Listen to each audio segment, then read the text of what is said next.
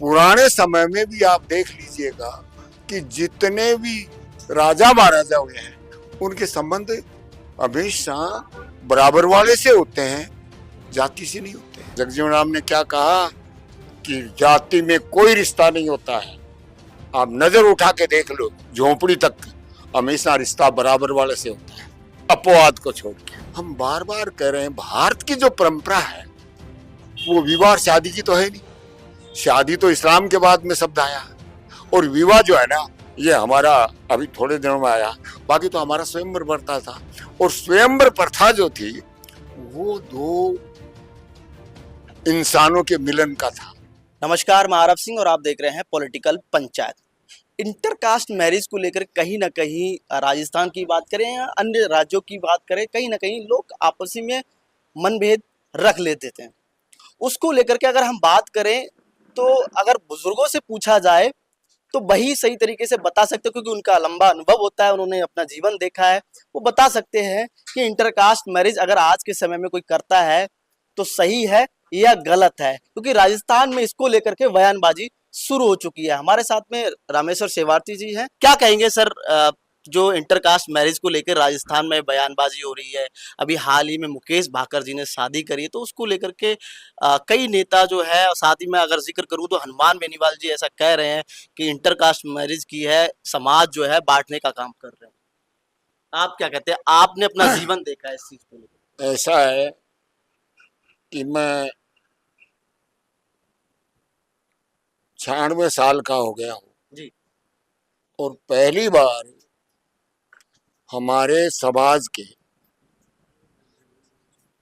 जो किसान मजदूर वर्ग के आदमी हैं उनके पढ़े लिखे और जनप्रतिनिधि के आसन पे और संविधान की ओथ लेने वाले आदमी का आपने प्रसंग किया है, उसको हमारे संविधान और भारत के कल्चर का ही पता नहीं है।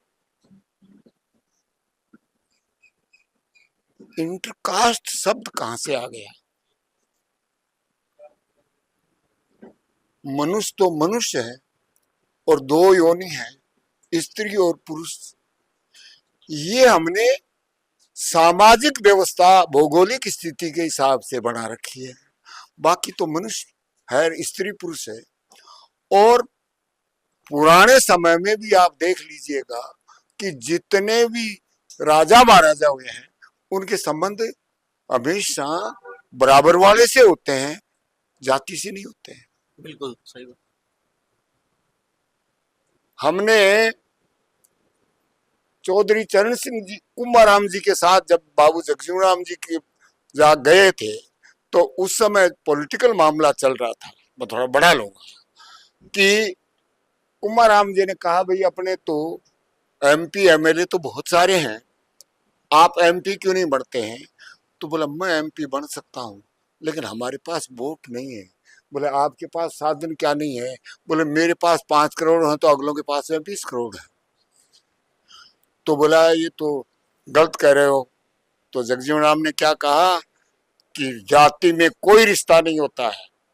आप नजर उठा के देख लो, झोपड़ी तक हमेशा रिश्ता बराबर वाले से होता है, अपवाद को छोड़ के।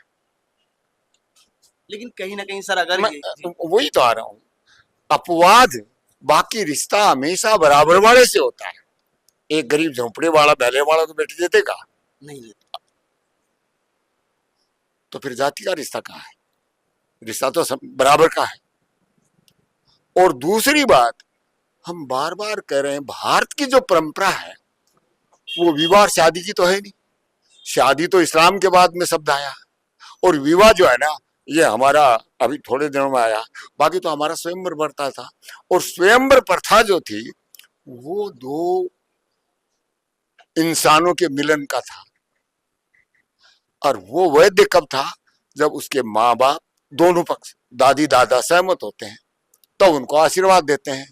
तो स्वयंवर प्रथा जो हुई है और उसके ऊपर टीका टिप्पणी करने वाला, मैं ये कह रहा हूं कि ऐसे संविधान के अनभिज्ञ, सामाजिक सोच के अनभिज्ञ आदमी जो देश में पार्लियामेंट और विधानसभा में जा रहे हैं तब प्रजातंत्र की हत्या हो रही है। लेकिन सर अब समाज में कई तरीके के लोग हो चुके हैं। एक जो है अंतरजातीय विवाह अगर कर लेते मतलब इंटरकास्ट मैरिज जो कर लेते हैं तो उस पर टिप्पणी कर देते हैं। कोई जो अगर छोटा व्यक्ति अगर कहें तो कहें निचले स्तर का व्यक्ति अगर की शादी कर लेता है, लव मैरिज कर लेता है, अंतरजातीय विवाह कर लेता है, तो उसको लेकर के समाज कहीं न कहीं बखेड़ा कर देता है और वो समाज का एक जो कहें कि एक तरीके से जो व्यक्ति होता है, जो राजनीतिक तौर पर होता है, वो बखेड़ा करने की कोशिश करता है। उसको कैसा मैं एक बात बता रहा हूँ कि जो आदमी नीतिगत फैसले से भटक जाता है, किसान नीति क्या होनी चाहिए, मजदूर की नीति क्या होनी चाहिए, राष्ट्र की नीति क्या होनी चाहिए, उनसे भटके हुए लोग जो राजनीति में आ गए वो हमारे भोले भाले समाज को भड़काने का चेष्टा करते हैं।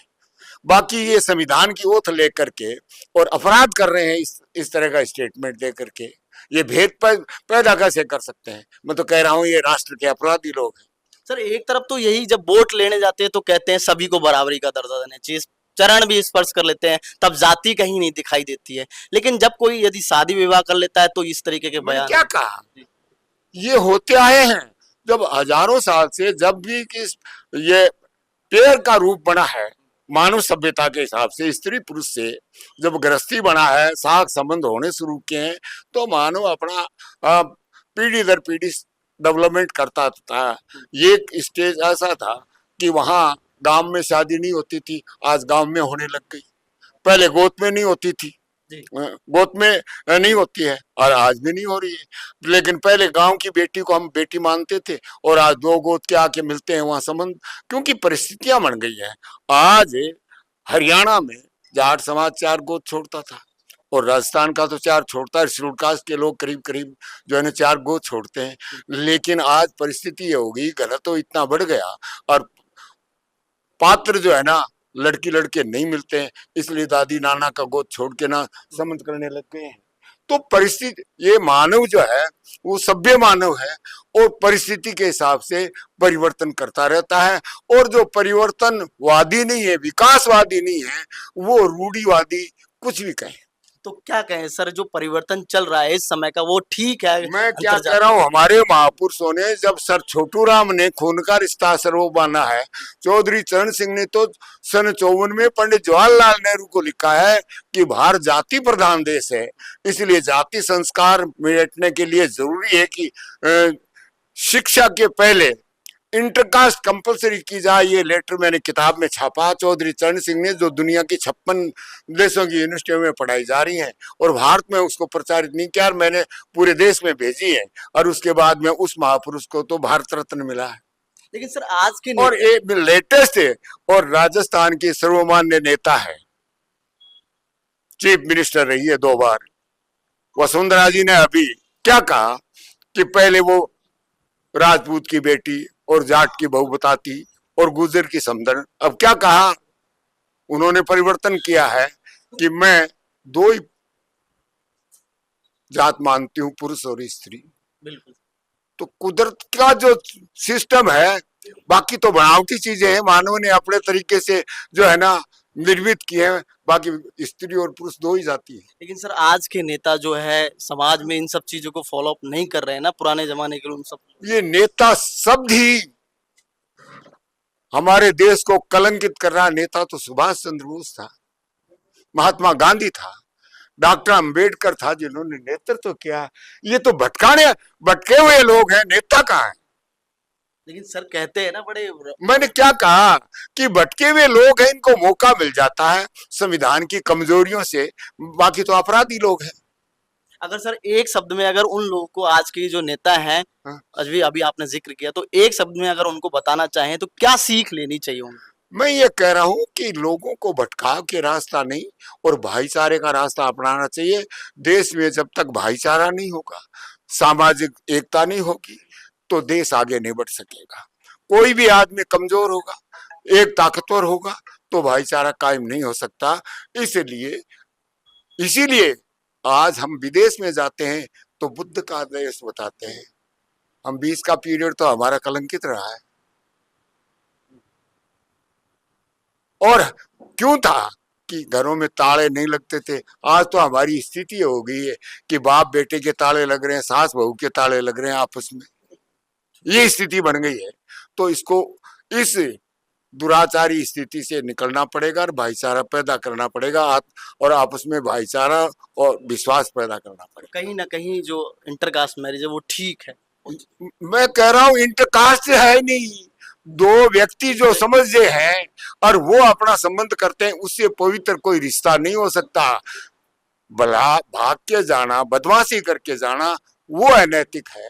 बाकी समाज को साथ लेकर के, अपने परिवार दोनों को साथ लेकर के, और मैं ये मान के चलता हूं कि जिस रिश्ते में माँ बाप और दोनों और नानी नाना, मामी मामा, यानी चार अगर एक जगह हो जाते हैं, वो पूरा राष्ट्र एक हो जाता है। जी, बहुत बहुत शुक्रिया। तो देखिए, इन्होंने रामेश्वर सेवार्थी जी हैं, करीब 96 वर्ष के हो चुके हैं, और उन्होंने बताया कि कहीं ना कहीं जो आज के नेता हैं जो बयानबाजी देते हैं वो कहीं ना कहीं गलत है, और वो समाज को बांटने का काम कर रहे हैं। चौधरी चरण सिंह की बात करें, उन्होंने भी जिक्र किया था अंतर्जातीय विवाह का, कि समाज को अगर एकजुट करना है तो कहीं ना कहीं समाज से ये सब चीज़ें जो है वो दूरियां हैं वो हटानी पड़ेंगी। जाति शब्द का जो है कहीं ना कहीं उसको हटाना पड़ेगा, और समाज को अगर एक साथ लेके आना है तो इंटरकास्ट मैरिज करना कोई गुनाह नहीं है। गलत शादी अगर भाग के करते वो गुनाह है, बाकी कोई जो है शादी अगर करता है माँ बाप के साथ में रह के करता है तो वो कोई गुनाह नहीं है, समाज के साथ में रह के करता है।